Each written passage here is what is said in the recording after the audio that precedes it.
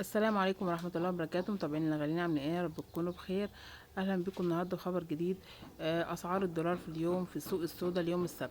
قبل ما نبدأ الفيديو كده ما تنسوش تصلوا على النبي في الكومنتات وتحطوا لايك للفيديو وتشتركوا في القناة فضلا وليس امرا. سعر الريال سعودي شراء سعر 13 جنيه 42 قرش، بيع سعر 13 جنيه 55 قرش. ريال قطري شراء سعر 13 جنيه و8 قروش، بيع سعر 13 جنيه و94 قرش.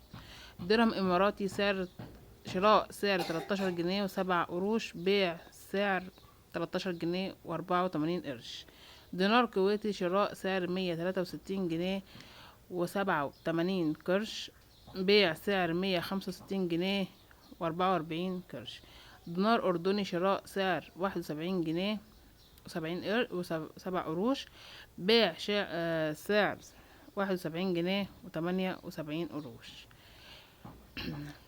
اليورو شراء سعر 54 جنيه و84 قرش، بيع سعر 55 جنيه 39 قرش.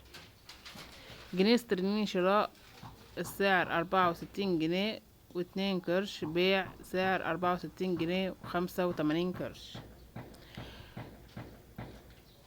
دولار أمريكي شراء سعر 51 جنيه و32 قرش، بيع سعر 51 جنيه و83 قرش.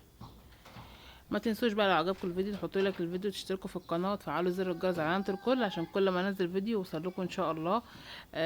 ما تنسوش دعمكم ليا وتصلوا على النبي في الكومنتات. اللهم صل وسلم وبارك على سيدنا محمد وعلى اله وصحبه اجمعين. اسيبكم في رعايه الله. السلام عليكم ورحمه الله وبركاته.